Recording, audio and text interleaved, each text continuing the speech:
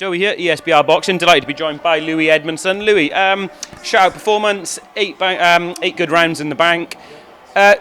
Look, I know what boxers are like. You're competitive people. You'll be happy with your performance, but talk to us about what you're not happy with. There's bound to be something you think you could have done better.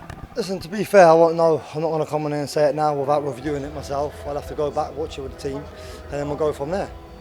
In terms of when you come out of the ring, do you tend to walk away from there with a confidence that, I put on a good show tonight, or do you sort of beat yourself up a little bit? No, we're our own biggest critics because we know where we're going and we know what we can do. So we're always going to find stuff that we want to do better and what we could have done better. But we'll watch it back with the team, we'll review it, and then we'll go from there. It was a pretty dominant performance. Did you feel comfortable with the distance? Obviously, first time going 8 rounds, and I'm sure you could have done 10 and 12 and more, but are you feeling ready for those? Listen, I'm ready for the big fights now. That's what we want. We've been calling for them. That's what we want, and we're ready to move forward now.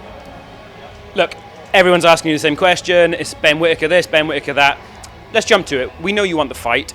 How do you beat Ben Whittaker when that fight comes round? I'm not going to come on here and reveal our game plan to fight him. I'm sure he'll be watching closely. I'm sure they was probably watching and picking points on how they would beat me. So it's one of them. I'm not going to come on here and talk about how we'd box him and reveal any tricks, but we'll find a way.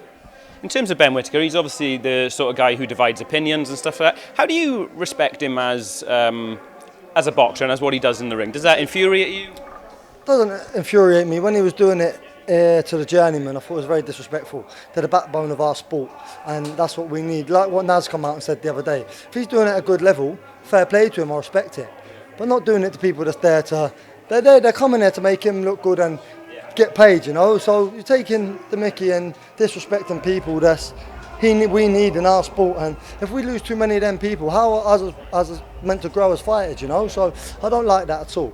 But if he's doing it at a good level, fair play to him, and yeah. Does Ben Whittaker do that against Louis Edmondson? He might try. He might end up flat on his back, but he'll try. There's also other fights in the division. Look, it's a very well-stacked division domestically.